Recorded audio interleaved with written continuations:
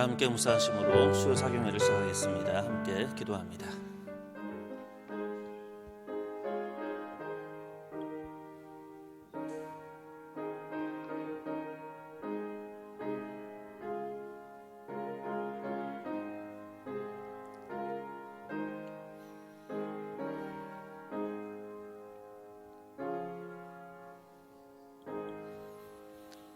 사랑의 하나님 감사합니다. 분주한 일상 속에서 잠시 우리 일상을 멈추고 주님께 집중하는 시간을 갖게 하심에 감사합니다.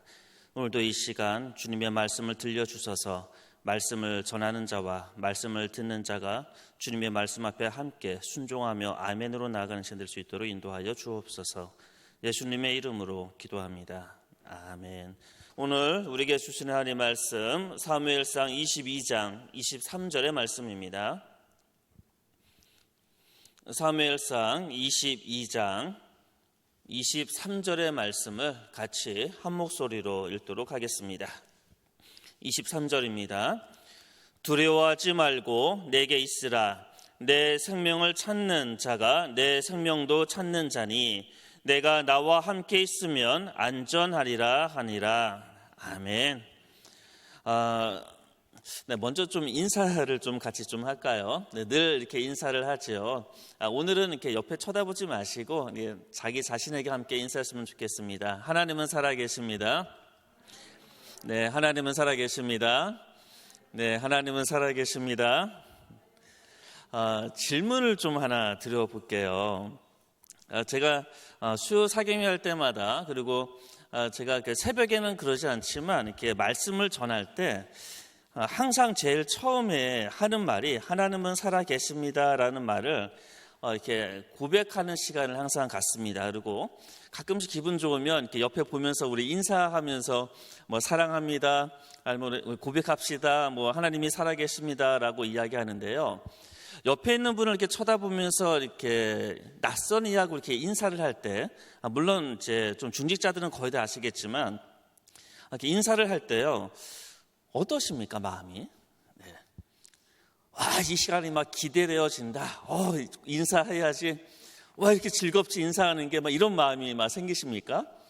아니면 마음이 굉장히 불편하고, 마음이 왜 이렇게 굳이 왜 시키지? 그냥 말씀만 듣고 싶은데, 또 마침 또 마음에 안 드는 사람 눈이 또 마주치고, 막 이런 상황에 당황하고, 혹시 어떠십니까?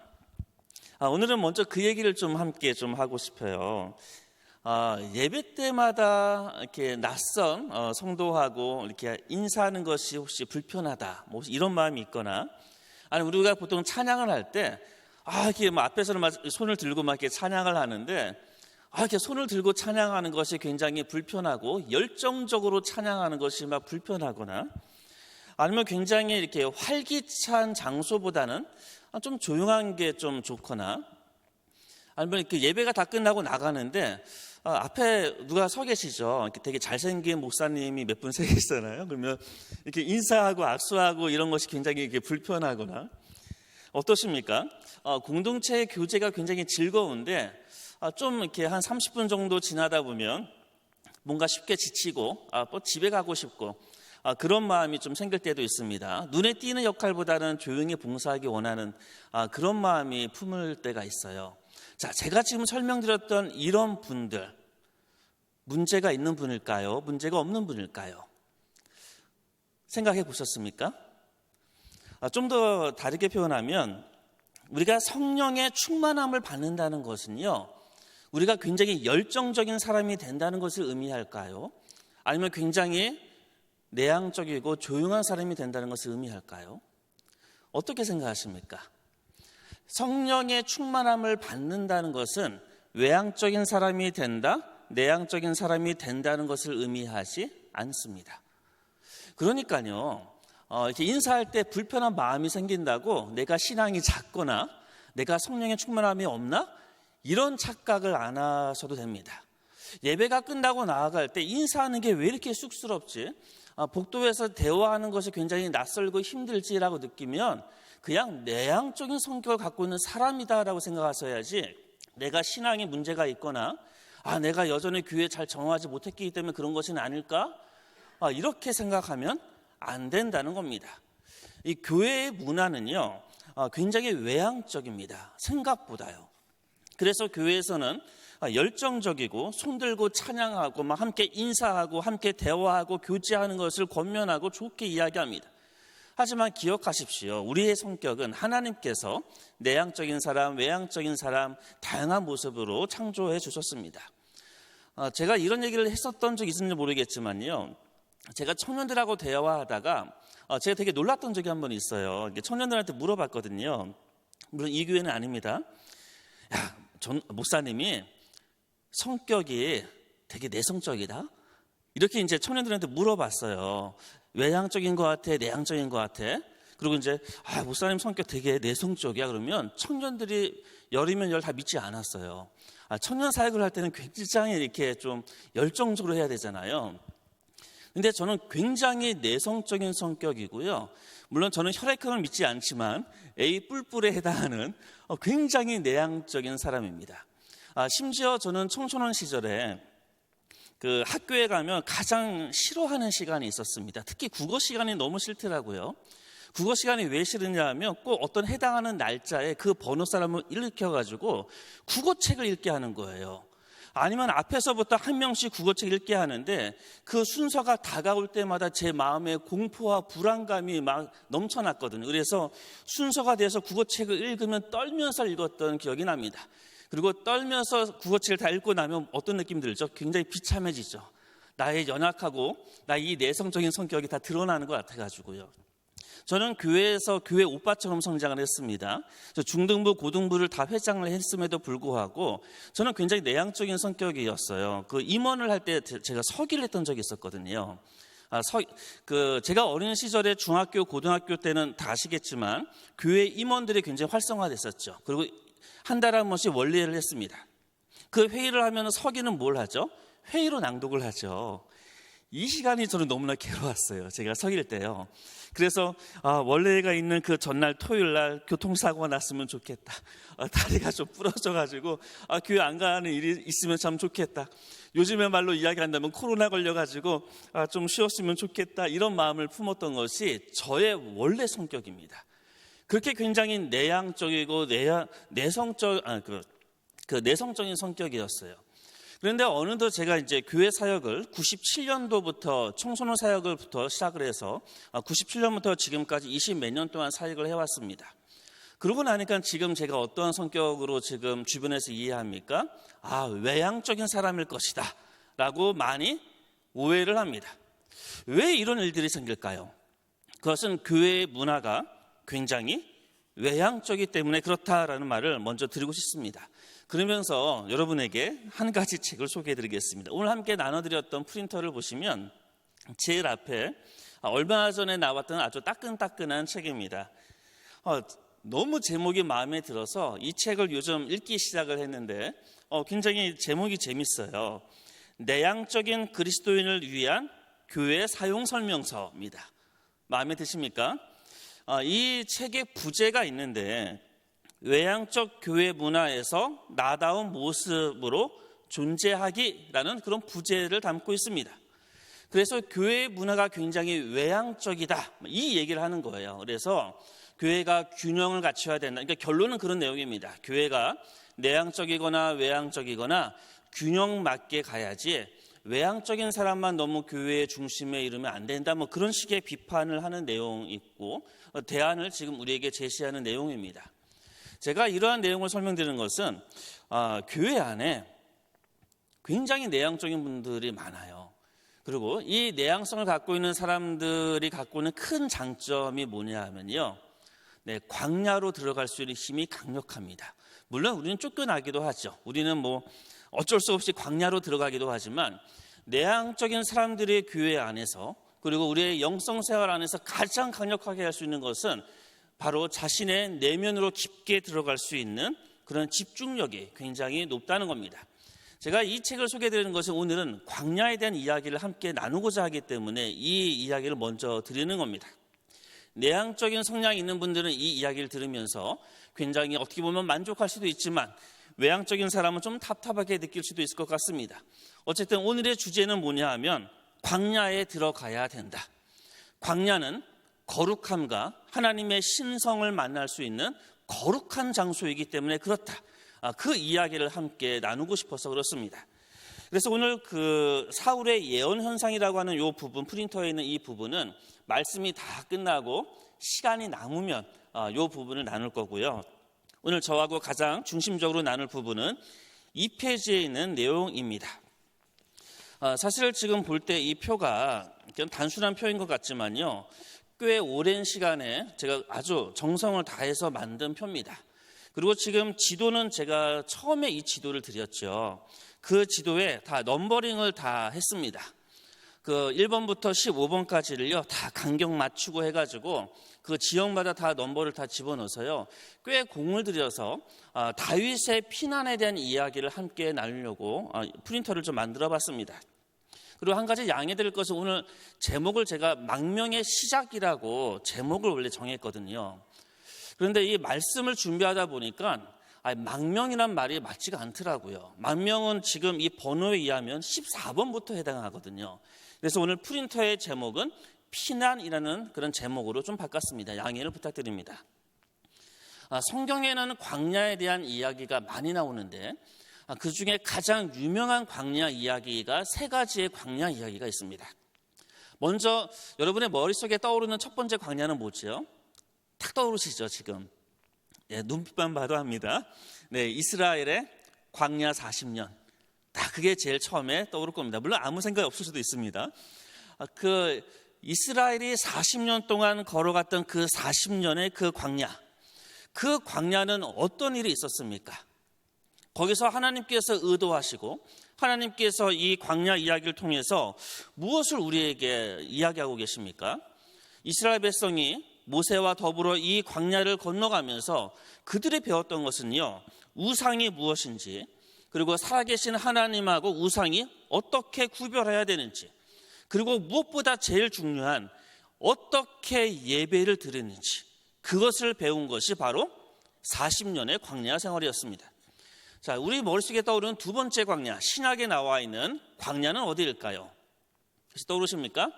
예수님의 40일의 광야, 사탄에게 시험을 받았던 40일의 광야가 떠오를 겁니다.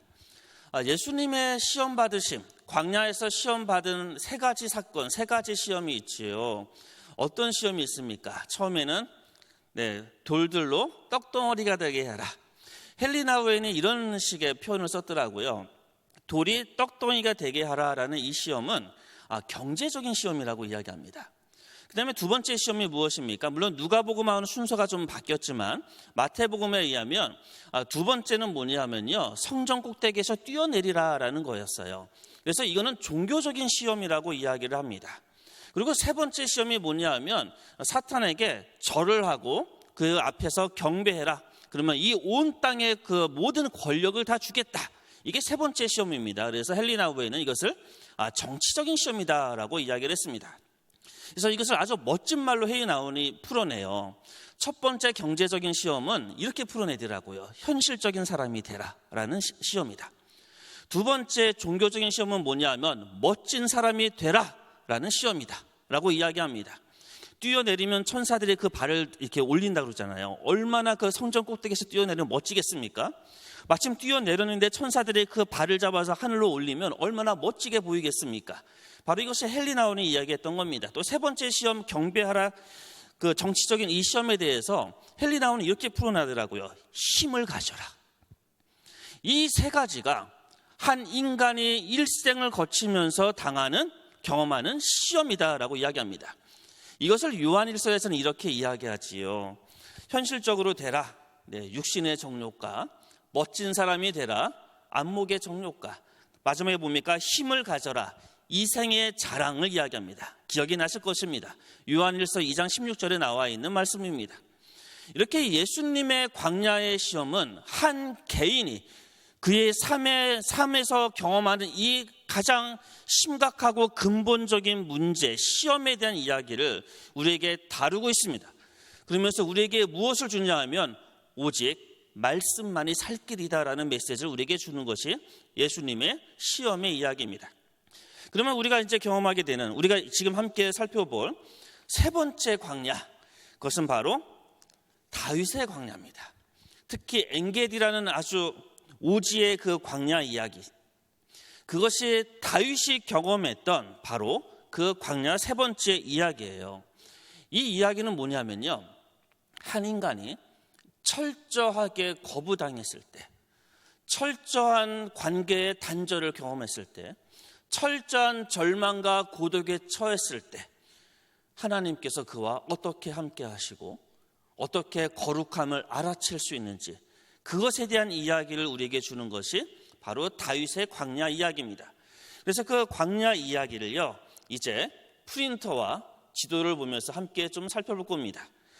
그래서 이 시간이 살짝 괴로울 수도 있을 것 같지만 잘 따라오시면 생각 외로 아주 재밌는 시간이 될 겁니다. 어디서부터 어떻게 진행되어지는지 성경을 하나씩 찾아보면서 그 내용들을 살펴보면 오늘의 그 말씀의 시간에 어느 정도 이야기가 끝날 것 같습니다. 자, 먼저 지도를 먼저 보시면 1번을 찾으셔야 됩니다. 1번은 라마입니다. 라마에 있는 나요시라는 마을이지요. 자, 근데 이게 라마가 있는데요, 그 밑에 2번 바로 밑에 기브아라고 보이십니까? 네, 찾으셨나요? 자, 이 기브아라는 지역은 아주 사울에게 의미가 있는 장소지요. 어떤 장소입니까? 사울이 수도로 삼았던 도시가 기브아입니다. 그래서 이 기브아에서부터 사실 시작이 됩니다. 다윗이 기브아에 들어가서 어떻게 하죠? 사울 옆에서 있다가 결혼을 하게 됩니다. 그리고 이 기브아에서요, 그 사울의 딸인 미갈의 도움을 받아가지고 이제 그 목숨을 유지하게 되는 장면이 바로 기브아에서 일어났어요. 그래서 이 기브아에서 가장 먼저 갔던 곳이 바로 1번에 해당하는 라마라는 곳으로 가게 됩니다. 자, 이 라마는 누구의 고향입니까? 사무엘의 고향이에요. 여러분, 그 인생의 어려움을 경험하게 되면 누구를 찾아가지요? 인생의 어려움을 경험하게 되면 아버지와 어머니를 찾게 됩니다. 아니면 형제를 찾게 되거나 영적인 아니면 정신적인 스승을 찾게 됩니다. 사실 다윗은 찾아갈 곳이 있다는 것이 어떻게 보면요, 굉장히 행복일 수도 있어요. 한 5년 전인가 저희 아내가 그 전에 말씀드렸죠. 한진 아파트에 저희 아내가 살았었다고 말씀을 드렸었죠. 그때 장모님이 돌아가셨거든요. 그리고 아버지는 초등학교 3학년 때 사고로 돌아가셨습니다. 그러고 나서 제가 저희 부모님이 그 제주도에 계시기 때문에 제가 좀 마음이 좀 힘들 때 그 제주도에 부모님을 좀 찾아뵈러 갔어요. 가서 상담을 하고 깊은 마음의 이야기를 하려는 것이 아니라, 여러분 아시죠? 그냥 보는 것만으로도 마음의 위로를 받잖아요. 그래서 특히 저는 어머니를 참 좋아하거든요. 어머니를 만나고 돌아왔는데 아내가 툭 던지는 말이 한마디가 제 가슴에 꽂혔어요. 그게 뭐냐면, 당신은 참 좋겠다, 찾아갈 때가 있어서. 그 말에 굉장히 확 꽂히더라고요. 그러니까 어떻게 보면 아내는 어떻게 보면 아버지 어머니 형제도 없거든요. 그래서 아버지 어머니가 이미 돌아가셨기 때문에 인생의 힘든 순간에 찾아갈 데 없다라는 것이 참으로 그의 마음에 참 힘든 거였구나라는 것을 그때 깨달았습니다. 지금 라마는요, 이런 모든 어려움 속에서 라마가 아니라 다윗은 이 모든 어려움 속에서 그래도 라마에 찾아갑니다. 영적인 스승이었고 자신에게 기름 부음을 주었던 사람, 왕이라고 이야기했던 사람, 뭔가 그때 수도 기브아에 들어가서 뭔가 인생이 잘 풀릴 것 같았는데 완전히 망한 거잖아요. 죽임을 당하려고 그러고 한 나라의 왕이 자신의 목숨을 노리고 있다는 것은요, 상상을 초월하는 거잖아요. 그런 상황 속에서 그는 라마로 가게 됩니다. 자, 라마에 있다가 어떤 일이 있었죠. 이 라마로 사울이 찾아갔죠. 2번의 군사들을 보내고 또 그다음에 본인이 직접 찾아가서 또 다윗을 죽이려고 합니다. 이것이 첫 번째 사건이 일어났던 것입니다. 이제 두 번째, 자, 사무엘상 20장 11절을 볼게요. 두 번째 장소가 나옵니다. 20장 1절은 다윗이 라마나웃에 도망하였다라고 해서 우리의 피난처 첫 번째 장소가 나오고요. 그 다음에 이번에 20장 11절을 보시면 요나단이 다윗에게 이르되 오라 우리가 들로 가자 할 때 이 들이 어디에 해당하냐면요, 기브아에 있는 숲을 이야기합니다.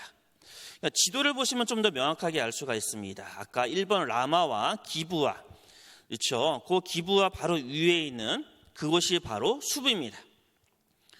이 숲은 요나단도 지금 기브아에 있었기 때문에 가기 쉬웠을 것이고 다윗도 라마에 있었기 때문에 가기 쉬웠을 것입니다. 여기에서 만나게 됩니다.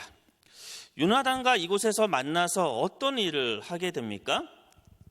요나단이 제안을 하죠. 아버지를 설득할 테니까 너 잠깐 기다려, 이런 얘기를 하고, 그 다음에 화살을 3개를 쏠 텐데 내가 나의 그 종에게 화살이 너의 앞에 있다 그러면 사울이 널 죽이려고 하니까 너의 길로 가라, 이제 이런 이야기를 했던 곳이 바로 이 들, 기브아 숲입니다. 그런데 끝내 어떤 일이 일어나게 됩니까? 사울이 죽이려고 그러지요. 그래서 화살을 던져서 화살을 쏘고 나서 이야기합니다. 요나단이 화살이 내 앞에 있다. 이 이야기를 했던 요나단의 가슴이 참 쓰렸을 것 같아요. 가장 친했던 버시였고 친구였는데 내 아버지가 널 죽이려고 하니까 이제 가. 그 얘기를 하는 거거든요. 바로 그 장소가 바로 이곳이었습니다. 이제 3번째 장소로 한번 우리는 가보겠습니다. 3번 노비라고 되어 있지요. 자, 우리 1번, 2번 따라오셨죠. 그 다음에 2번의 바로 밑에 노비 있습니다. 노비라는 곳은 어떤 곳입니까? 이곳은 그 성소, 성막이 있었던 곳이에요. 실로에 있었던 그 성막이 무너지고 그 성막이 이제 노베에 이제 세워지게 됩니다.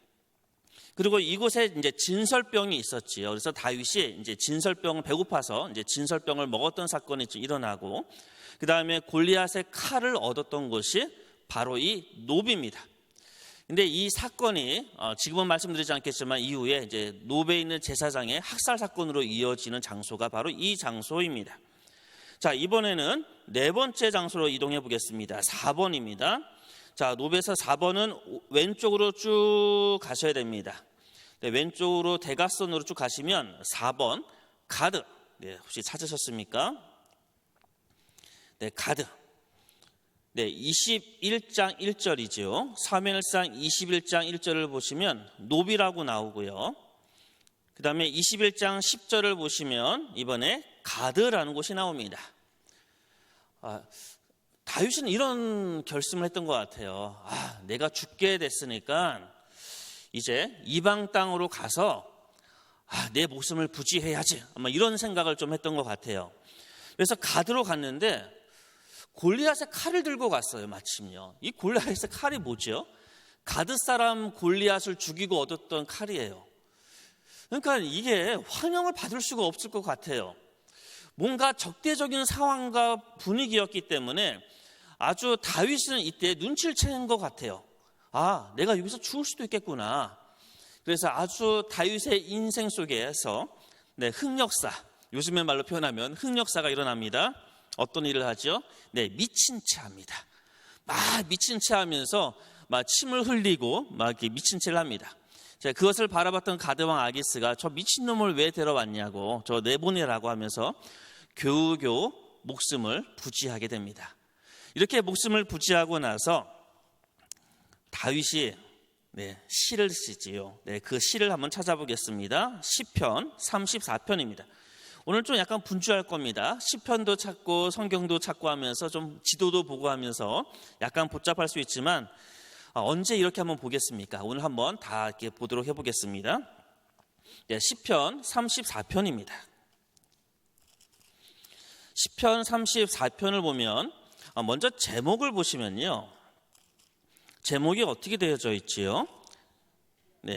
아비멜렉 앞에서 미친 채 하다. 이 아비멜렉이요, 아기스예요. 그러니까 지금 이 가드란 지역에서 미친 채 하다가 쫓겨나서 했던 시가 바로 이겁니다. 자, 그러니까 어떤 고백을 했을까요? 34편 8절을 보시면 너희는 여호와의 선하심을 맛보아할지라 그에게 피하는 자는 복이 있도다. 이런 이야기를 합니다. 그런데 저는 이 말씀 중에 참 감동적인 것은 9절의 말씀이에요. 너희 성도들아 여호와를 경외하라. 그를 경외하는 자에게는 부족함이 없도다. 여러분, 이 시를 그냥 교회에 앉아서 음악 연주에 맞춰서 편안한 마음으로 부르는 시가 아닙니다. 이 배경은 뭡니까? 지금 인생의 흑역사, 미친 채 하면서 겨우 목숨을 부지하고 나서 그 다윗이 이렇게 고백하는 거예요. 하나님을 경외하라. 그를 경외하면 부족함이 없다. 여러분, 이게 가능한 고백입니까? 참으로 다윗의 위대함과 그의 깊은 신앙을 보여주는 것 같습니다. 우리의 인생 속에서 살다가 지우고 싶은 흑역사가 있으시죠? 그렇죠? 그런 순간들 있잖아요. 제가 물어보지는 않을게요. 저도 차마 얘기 못 하겠습니다. 그런 흑역사들이 있어요. 그런데 하나님을 경외하라. 하나님이 함께 하시고 하나님을 경외하면 나에게 부족함이 없어. 이렇게 얘기할 수 있습니까? 얘기할 수 있다는 거예요. 다윗이 그렇게 했다는 거예요. 그리고 사실 따져보면 우리의 흑역사가 있음에도 불구하고 지금 여기에 앉아 계시잖아요. 하나님을 예배하고 있지요. 지금 이렇게 우리가 호흡을 하고 그래도 주님을 찬양할 수 있다는 것, 하나님을 경외할 수 있다는 것, 그럼에도 불구하고 하나님이 채워주셨구나. 그 흑역사를 우리 하나님께서 다시 새로운 모습으로 회복시켜 주셨구나라고 우리 고백할 수밖에 없습니다. 자, 이제 이 가드 지역에서 다섯 번째 지역입니다. 다섯 번째 지역을 찾아봅시다. 이번에 가드입니다. 가드가 아니죠. 가드에서 아둘람입니다. 자, 5번을 찾아보세요. 여기 노안이 왔으니까 잘 안 보이네요. 5번하고 오른쪽에 아둘람이라고 나오지요. 22장 1절에 이제 아둘람이라고 나옵니다. 이 아둘람에서는 어떤 일이 있었을까요? 아둘람에 갔을 때 가족들이 찾아옵니다. 다윗의 가족은 어디 있었냐면 베들레헴에 있었어요. 이세 사람, 베들레헴 사람 이세잖아요. 그래서 베들레헴에서 지금 아둘람까지 온 겁니다. 베들레헴은 어디 있습니까? 위로 조금 올라가다가 오른쪽으로 가면 빨간 색깔로 베들레헴 나오는데 거기서부터 가족들이 찾아온 거예요. 가족들이 왜 찾아왔는지는 우리가 충분히 이해할 수 있지요. 다윗이 지금 왕에게 목숨을 쫓기는 상황인데 가족들이 무사하겠습니까? 이 시대에, 그렇죠? 그러니까 가족들이 지금 헐레버터 아둘람까지 온 거예요. 이때 다윗의 마음은 두 가지였을 것 같아요. 홀로 도망 다니고 미친 채 하다가 겨우 목숨을 부지한 상황 속에서 가족을 딱 맡아들었을 때 사실 성경에는 없지만 제 상상력을 발휘한다면 아마 펑펑 울었을 것입니다.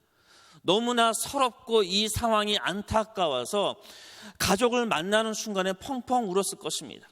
우리 아들을 군대 보내면 또 운다 그러잖아요. 휴가만 나와도 딱 보면 우는데, 그렇죠? 물론 딸만 있다면 죄송합니다. 어쨌든 딸을 잠깐 시집 보내고 그 순간에도 우리 울잖아요.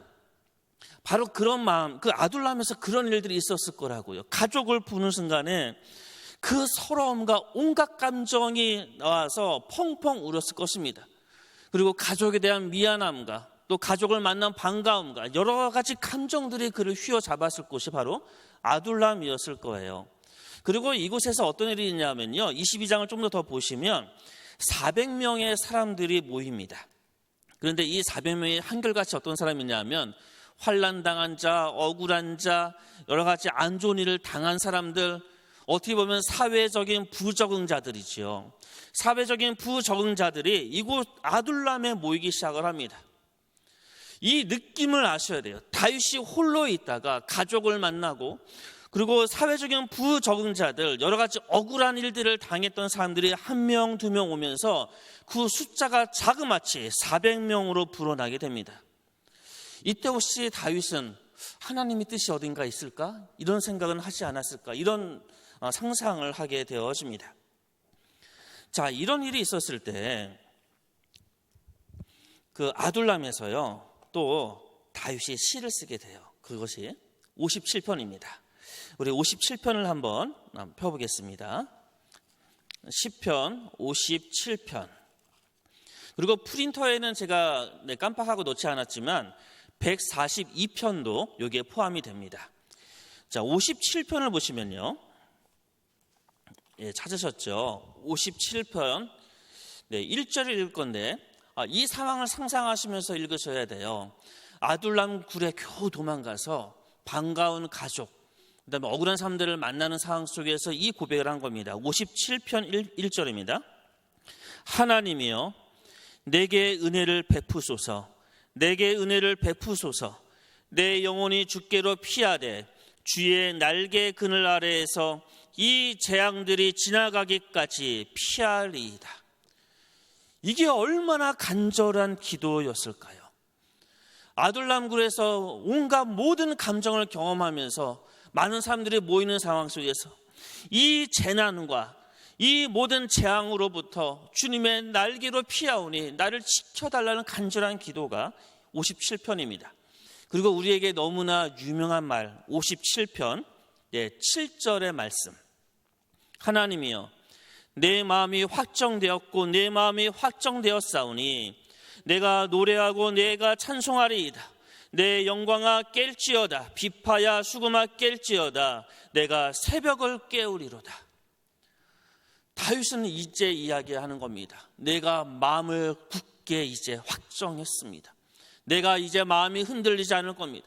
아마 400명이 모이는 상황 속에서 어렴풋 하나님의 뭔가 거대한 역사하심이 나를 지금 지배하고 나를 이끌고 있다는 그 확신이 그 안에 있었던 것 같습니다. 그래서 다윗은 이야기합니다. 주여 내가 내 마음을 확정했습니다. 내가 마음을 굳게 먹었습니다. 내가 하나님을 찬양합니다. 그렇게 고백합니다. 그리고 8절 끝에 새벽을 깨운다고 그러지요. 다윗이 그 아둘람굴에서 맞이하는 새벽은 어땠을까요? 굴 속에서 깊은 잠을 자고 동트오르는 그 광야의 저 멀리에서 떠오르는 태양을 바라보며 그 새벽에 그가 경험했던 경험은 무엇일까? 그 태양을 바라보며 다윗은 하나님의 거룩함, 하나님의 신성, 무엇인가 나를 붙잡고 있는 하나님의 놀라운 그런 깊은 임재, 그런 것들을 경험하진 않았을까 상상하게 되어집니다. 자, 이제 아둘람에서 가족들하고 다 왔죠. 그런데 이제 가족을 좀 보호해야 될 것 같아요. 그렇죠? 그래서 이제 다윗이 자신의 가족을 데리고 모압 미스베라는 곳으로 가게 됩니다. 이것이 6번입니다. 6번이 어디냐면요, 사해의 오른쪽에 있어요. 사해의 오른쪽 밑에 보면 길 하라셋이라는 곳이 있거든요. 이곳이 바로 모압의 미스베. 이 미스베라는 말이 무슨 뜻이냐면 수도라는 뜻이에요. 그래서 모압의 수도가 길 하라셋입니다. 그래서 그 가족들을 데리고 지금 아까 그 5번에서요, 그렇죠? 아둘람에서 쭉 밑으로 사해를 건너가지 못하니까 아마 그 해변을 따라서 쭉 소아를 거쳐서 이렇게 길 하라셋까지 쭉 가족을 데리고 갔을 것입니다. 근데 자신의 가족을 그리고 이제 맡기지요. 거기 모압 왕에게요. 왜 굳이 모압으로 갔는지는 우리가 대충 알 겁니다. 증조 할머니가 모압 사람 루시였기 때문에 그러니까 뭔가 좀 기댈 여지가 있었던 겁니다. 혈족이었죠. 그래서 모압 사람들 모압 왕에게 이제 자신의 가족들을 이렇게 맡기게 됩니다. 그런데 나중에 이제 그 모압하고는 관계가 굉장히 나빠져요. 그래서 아주 그냥 모압 사람들을 학살하는 장면이 이제 사무엘 하에 8장에 나오거든요. 전승에 의하면 이런 이야기가 있어요. 그 다윗의 그 아버지를 모압 사람이 이렇게 그 죽였다라는 그 모살했다는 그런 전승이 있습니다. 그거에 대한 보복으로 사무엘하 8장 2절에 보면 아주 잔인하게 이제 모압 사람들을 죽이는 장면이 나오게 됩니다. 어쨌든 그는 그 다윗의 나중 이야기고 지금은 자신의 사랑하는 가족들을 이제 이방 사람 왕에게 맡기게 됩니다. 그러고 나서 이제 사무엘상 22장을 찾아볼게요. 22장. 사무엘상 22장 4절입니다. 자, 3절을 보면 다윗이 거기서 모압 미스베로 가서 모압 왕에게 이르되 하면서 맡겼습니다. 사무엘상 22장 3절 방금 봤고요. 이제 4절을 보시면 부모를 인도하여 모압 왕 앞에 나아갔더니 그들은 다윗이 요새에 있을 동안에 모압 왕과 함께 있었다라고 이야기합니다. 그 다윗이 어디로 갑니까? 그 다음에 간 곳이 요새라는 곳을 갑니다. 요새의 히브리어가 마사다입니다. 마사다는 굉장히 유명한 곳이에요. 그 로마 군대에게 마지막까지 저항했던 곳이 바로 이곳입니다. 마사다입니다. 바로 그것이 7번입니다. 7번 한번 찾아보겠습니다. 자, 그 사해에 보시면 사해 왼쪽에 바로 해변에 붙어 있지요. 그래서 제가 이게 지도하고 다 찾아가지고요, 거기다 집어넣은 겁니다. 이 지도에는 이 마사다가 표시가 안 돼 있더라고요. 여기가 마사다 맞습니다. 지금도 마사다 유적지가 이곳에 있고요. 이곳이 바로 요새입니다. 이 요새에 있으면서 다윗은 굉장한 영감을 얻었던 것 같아요. 그래서 그의 시에 보면 이런 표현이 있습니다. 하나님은 나의 반석이시오, 하나님은 나의 요새시라. 이때 이 요새가 마사다입니다. 그래서 지금 10편 18편이라든가 제가 표에다가는 표시를 했거든요. 18편, 31편, 71편, 91편, 140편 이렇게 쭉 표현했는데, 이만큼 이 요새가 다윗에게 깊은 영적인 영감을 줘서 하나님이 나의 요새구나. 비록 내가 지금은 너무나 어렵고 내 가족 하나 건사하지 못해서 이방인에게 맡기는 그런 신세일지 모르겠지만, 그래도 하나님이 나의 반석이고 하나님이 나의 요새구나. 그 깊은 영감을 줬던 것이 바로 이곳입니다. 자, 그리고 나서 그가 갔던 곳이 8번째 헤렛수풀로 가게 됩니다. 자, 헤렛수풀은 바로 22장 5절에 바로 나와요. 지금 아까 읽었던 사무엘상 그 말씀 중에 22장 5절을 보시면 선지자 갓이 다윗에게 이르되 너는 이 요새에 있지 말고 떠나 유다 땅으로 들어가라. 다윗이 떠나 헤렛수풀에 이르니라. 그러니까 이방 땅에 있다가 이제 다시 헤렛수풀로 가게 됩니다. 자, 8번을 찾아보겠습니다. 8번은 마사다에서 위로 쭉 올라가면 엔게디가 있고요. 엔게디에서 옆으로 쭉 대가선처럼 올라가면 아까 아둘람이 나올 겁니다.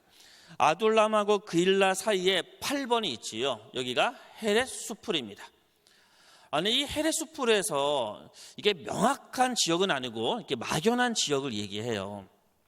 이 헤렛수풀에서요, 특별한 일들이 좀 일어나요. 뭐냐면요, 그 헤렛수풀에서 다윗이 한 가지 소식을 들어요.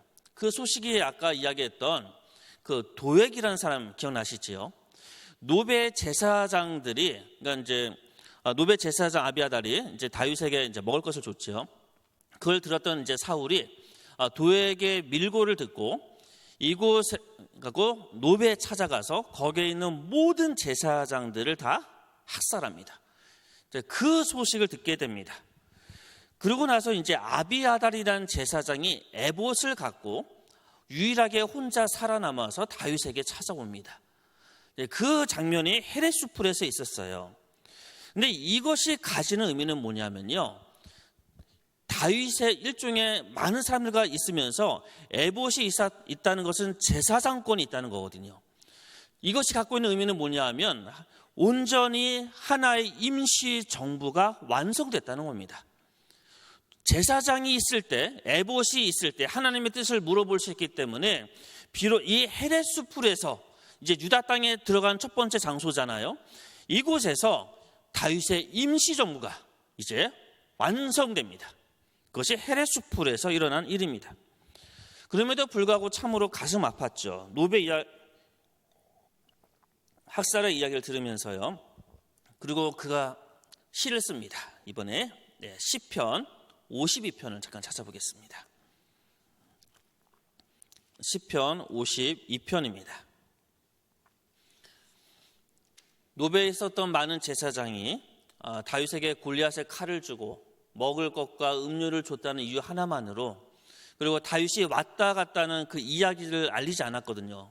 보고하지 않았거든요. 그 이유 하나만으로 다 죽입니다.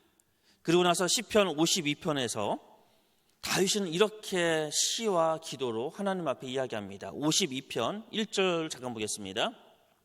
4절까지 제가 읽을 겁니다. 포악한 자여, 내가 어찌하여 악한 계획을 스스로 자랑하는가? 하나님의 인자하심은 항상 있도다. 내 혀가 심한 악을 꾀하여 날카로운 삭도같이 간사를 행하는도다. 내가 선보다 악을 사랑하며 의를 말함보다 거짓을 사랑하는도다. 간사한 혀여, 너는 남을 해치는 모든 말을 좋아하는도다. 그렇습니다. 참 이게 그 마음이 좀 느껴지십니까? 얼마나 안타까운 마음으로 이렇게 이야기했는지 우리는 충분히 이해할 수가 있습니다. 그리고 우리 7절을 좀 볼게요. 이런 이야기를 해요. 이 사람은 하나님을 자기 힘으로 삼지 아니하고 오직 자기 재물 풍부함을 의지하며 자기의 악으로 스스로 든든하게 하던 자라 하리로다. 그러나 나는 하나님의 집에 있는 푸른 감람나무 같음이요 하나님의 인자하심을 영원히 의지하리로다. 주께서 이를 행하셨으므로 내가 영원히 주께 감사하고 주의 이름이 선하심으로 주의 성도 앞에서 내가 주의 이름을 사모하리이다. 여러분, 이것이 이해가 되십니까? 이 억울한 상황, 그러니까 지금 다윗의 마음은 이럴 거예요. 자신을 도와줬던 사람이잖아요. 자신이 도망쳤던 그곳, 그러니까 라마라는 곳에서 처음으로 도망갔던 곳이 노비입니다. 도망가서 당장 먹을 것이 없는 상황 속에서 먹을 것을 줬고, 이제 도망가려는데 무기 아무것도 호를 단신으로 도망가기 때문에 자신을 방어할 수 있는 것이 아무것도 없는데 골리앗의 칼을 줬잖아요. 먹을 것과 자신을 보호할 수 있는 칼을 줬던 고마웠던 노베 제사장. 그런데 자기를 도왔다는 이유만으로 철저하게 죽음을 당합니다. 그런 다윗이 어떻게 이야기하죠? 내가 주의 이름을 사모합니다. 저는 이 고백 못할 것 같아요. 솔직히 말씀드리면 저를 도와줬던 사람이 억울한 일을 당하고 심지어 목숨을 잃었을 때 앉아서 기도하면서 그럼에도 불구하고 주님을 사랑합니다. 솔직히 지금은 못할 것 같아요. 아직까지 제 신앙과 믿음이 다윗만큼 큰 것 같지는 않습니다. 그런데 다윗은 그걸 하더라고요. 그래서 참 말씀이 불편합니다. 이렇게 살아내야 되니까요. 어쨌든 다윗은 그런 놀라운 믿음을 우리에게 보여줍니다. 이 모든 억울함에도 불구하고 내가 주님을 사랑합니다. 주님은 나의 요새십니다. 그렇게 나가는 것이 다윗입니다. 참으로 감당하기 어려운 믿음인 것 같습니다. 자, 이제 헤레수풀에서 어디로 이동합니까? 우선 중간 점검하겠습니다. 잘 따라오고 계시지요? 네, 오늘 약간 힘들 수 있다 말씀을 드렸어요. 네, 지도하고 마치 우리 고등학교 시절에 이렇게 지도책 보면서 그때 사회과 부도였죠. 이렇게 보면서 이렇게 하는 것처럼 그때 은근히 재미도 있지만 또 힘들 수도 있습니다. 잘 따라오셔야 됩니다. 자, 이번에 9번입니다. 헤레수풀에서 이제 그릴라로 가게 됩니다. 자, 9번을 찾아보겠습니다. 아둘람 8번에서 바로 그 밑에 그릴라가 나옵니다. 자, 이 그릴라에서는 어떤 일이 일어나게 되냐면요, 블레셋 사람들이 그릴라를 침범해요. 침범을 했는데 그 이야기를 들었던 다윗이 약 400명이나 사람과 함께 있었잖아요. 블레셋 사람들의 손에서 그릴라를 구원합니다. 그런데 되게 놀라운 일이 일어나요. 뭐냐면요, 사울이요 다시 쫓게 돼요. 다윗을 그릴라로요. 근데 그 쫓게 되는 이유가 너무 황당합니다. 그릴라를 구원해 줬는데 그릴라 사람이 사울에게 다윗이 있다라고 밀고 한 겁니다. 배신한 거지요. 그리고 지금 그 밑에 프린터에다가 아비아달자 에봇이라고 썼는데 사실 아까 그 위에다가 써놔야지 좀 더 그때 갖고 왔기 때문에 그렇게 해야지 그 헤레수풀에다가 집어넣어야 됩니다. 그래서 그릴라에서 첫 번째 배신을 당하지요. 자신의 선행에도 불구하고 배신을 당하게 됩니다. 자, 그러고 나서 그가 이제 도망간 곳이 10이라는 곳으로 도망가게 됩니다. 10번입니다. 자, 한번 찾아볼까요? 9번에서 10은 10은 또 10번이네요. 또 우연히. 그 밑에 보시면 10번 보이시죠? 10 광야에 가게 됩니다. 10 광야에 가게 됐는데 가자마자요, 10 사람들이 사울에게 이야기하는 거예요. 다윗이 이곳에 있다고 이제 이야기를 하는 겁니다. 아까 그릴라 사람도 그랬지요. 그리고 10 사람도 다윗이 있다라고 밀고를 합니다. 그런데 사실 이해가 돼요. 왜 밀고 했을까요? 불과 얼마 전에 노베에서 다윗이 왔다 갔는데 알리지 않았다는 그 이유만으로 그 마을에 있던 모든 제사장들을, 그것도 평민이 아니고 제사장입니다. 제사장을 학살했습니다. 이 이야기는 엄청난 충격이겠죠. 제사장을 학살했다는 건요. 이 이야기가 안 전해졌겠습니까? 이 놀라운 학살의 사건들이 다 전해졌겠죠. 그러니까 그릴라 사람과 시베에 있었던 사람들이, 그 이야기를 들었던 사람들이 다윗이 보였는데 이거 얘기 안 하면 아차, 우리가 몰살당한 게 있구나, 충분히 이해되는 상황이긴 합니다.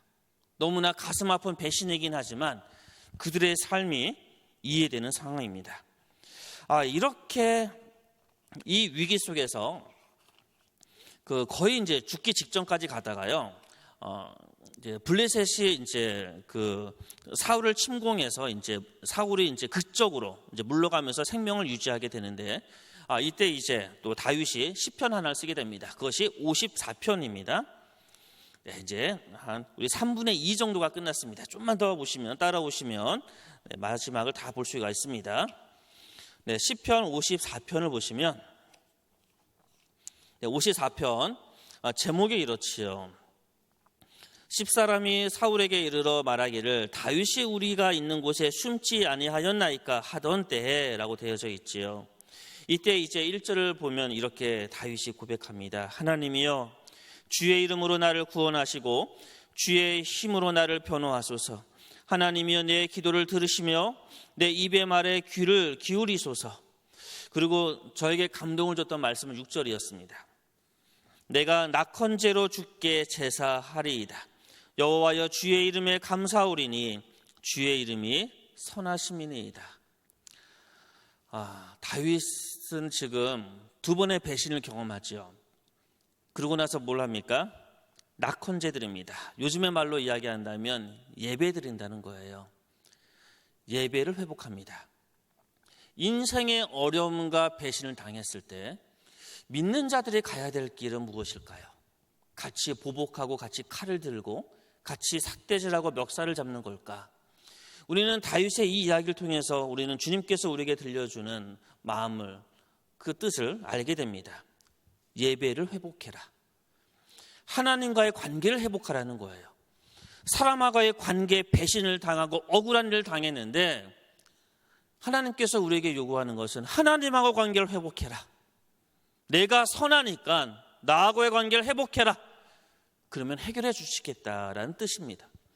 그래서 저는 이 6절의 말씀이 굉장히 감동적이었어요.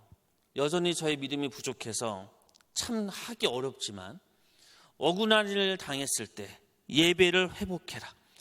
하나님이 선하시기 때문에 그렇게 우리 주님께서 말씀하고 계십니다. 이제 11번으로 가보겠습니다. 11번은 엔게디지요. 엔게디요. 엔게디는 사회의 바로 옆에 붙어 있습니다. 이 엔게디라는 이 지역은요, 아주 깊은 광야예요. 그래서 개인적으로 제가 좋아하는 유진 피터슨이 이 엔게디를 굳이 찾아갔다 하더라고요. 이 엔게디에 이제 다윗이 오랫동안 머무르거든요. 그래서 그 엔게디에서 머무르면서 그의 감정들을 이제 글로 썼던 글이 좀 있어요. 굉장히 험난하고 도달하기도 어려운 것이 엔게디라고 합니다. 또 그래야지 사울이 오지도 못하겠지요. 그래서 이 유진 피터슨이 이 엔게디에서 이런 글을 썼습니다. 제가 한 3줄 정도 되는 이 글을 읽어드리겠습니다. 한번 들어보십시오. 광야에 있은 지 1시간 정도 지나자 시각과 청각과 후각이 예민해지기 시작했다. 광야에서는 그렇게 된다. 당신은 더 많은 것을 보고 들으며 더 많이 믿게 된다. 이것이 바로 우리의 영성 전통에서 광야가 그토록 중요한 위치를 차지한 이유다. 소음도 없고 사람도 거의 살지 않는다. 짐승들이 조금 있기는 하지만 대개 눈에 띄지 않는다. 자, 그 다음에 문장이 중요합니다. 그런데 이러한 고독 속에서 거룩에 대한 감각이 생겨난다. 신성함이 드러난다. 유진 피터슨이 엔게디에 찾아가서 하루가 지나고 나서 이야기하는 겁니다. 내 모든 감각이 다 예민해지기 시작하고, 그리고 무엇보다 거룩함에 대한 감각이 생겼다라고 이야기합니다. 여러분, 이 느낌을 좀 아셨으면 좋겠습니다. 저는 아직 성지순례 한 번도 가보지 못했기 때문에 꼭 가보면 이 엔게디라는 곳을 가서 이 느낌을 한번 가져와 보고 싶어요. 엔게디에서 다윗은, 그리고 그의 지금의 이 광야 생활 속에서 그는 정말 중요한 것들을 찾았을 것입니다. 바로 거룩함에 대한 감각입니다. 하나님의 그 임재에 대한 강력한 그 경험이 그를 아마도 붙잡았을 것입니다. 자, 그리고 나서 이제 12번부터 15번까지 이번엔 좀 빠르게 갈 겁니다. 자, 12번을 찾아보십시오. 밑으로 쭉 내려가면 12번에 마온이 나오고요. 나발과 아비가일의 사건이 있었던 곳입니다.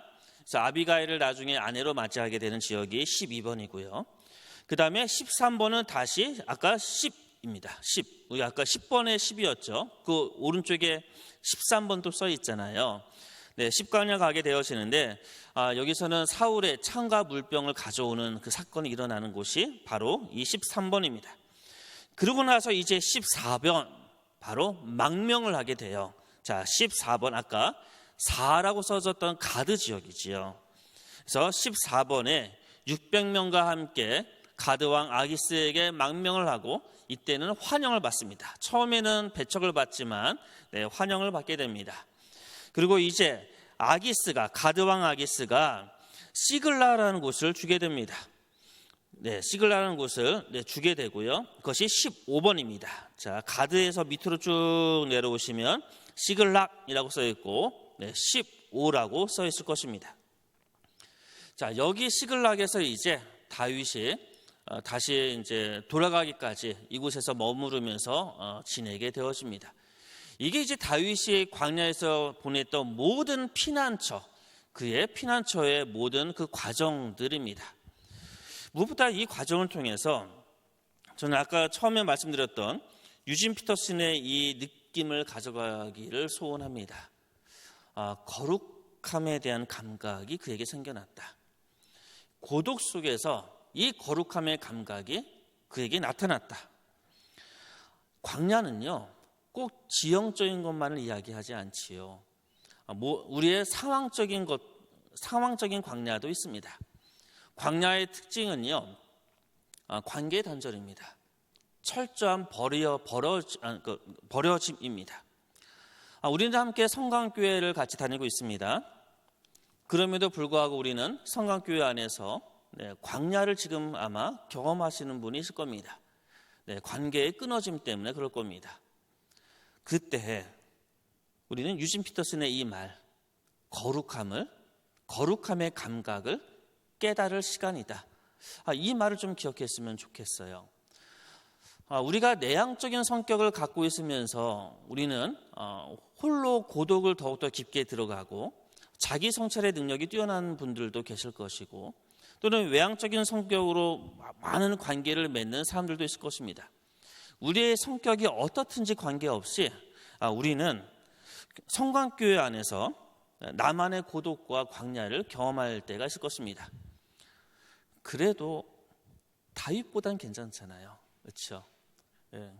살만 나지 않고 죽고 싶어도 그래도 다윗보다는 괜찮지 않습니까? 다윗보다는 살만한 것 같습니다. 그렇다면 우리 다윗의 이 이야기를 통해서 도전받기를 원합니다. 이 모든 상황 속에서 그는 예배를 회복했고요. 이 모든 상황 속에서 그는 시를 짓고 주님을 향한 기도를 올려드렸습니다. 이 모든 이 상황 속에서 그는 하나님을 향한 거룩한 감각이 깨어났고요. 이 모든 광야 생활 속에서 그는 온전히 하나님과의 관계에 깊은 관계로 들어가게 됩니다. 우리도 성강교회에서 아니면 사회 속에서 우리가 속해 있는 모든 공동체 속에서 아니면 가족관계 안에서 광야와 고독을 경험할 때 기억합시다. 예배를 회복하고 기도를 회복하고 하나님과의 관계의 깊은 자리로 들어가자. 오늘 이 말씀을 통해서 저와 여러분이 온전히 주님과의 깊은 관계로 들어가는 저와 여러분 되기를 축복합니다. 함께 기도하겠습니다. 사랑의 하나님 감사합니다. 다윗이 그의 피난의 과정을 속에서 진정 하나님과 더욱더 깊은 관계를 맺었듯이 우리의 인생의 광야 속에서 하나님과 더욱더 깊은 관계에 예배와 기도와 말씀의 그 깊은 곳으로 들어가는 저희들 될 수 있도록 인도하여 주옵소서. 예수님의 이름으로 기도합니다. 아멘. 우리 시간 함께 잠깐 짧게 기도하겠습니다. 주님, 지금 광야를 맞이한 것 같은데 주님과 깊은 관계, 하나님과의 깊은 임재의 경험이 우리의 삶에 있게 하시고 우리의 예배와 기도와 말씀이 회복되는 저희들 되게 해달라고 우리 함께 기도하고 제가 기도하고 축복 기도하겠습니다. 함께 기도합니다. 사랑의 하나님 감사합니다. 이 시간 말씀을 통해서 다윗의 피난했던 그 과정들을 함께 살펴보았습니다. 그의 인생의 어려움 속에서 하나님과의 관계를 회복했던 것처럼 우리도 온전히 하나님과의 관계를 회복하는 저를 되게 하시고 주님께서 우리에게 주셨던 놀라운 은총을 경험할 수 있도록 인도하여 주옵소서. 주님께서 우리에게 주셨던 놀라운 힘을 붙들고 나의 피난처 되시고 나의 반석 되시며 나의 요새 되신 하나님을 찬양하며 하나님은 참으로 선하신 분이다라고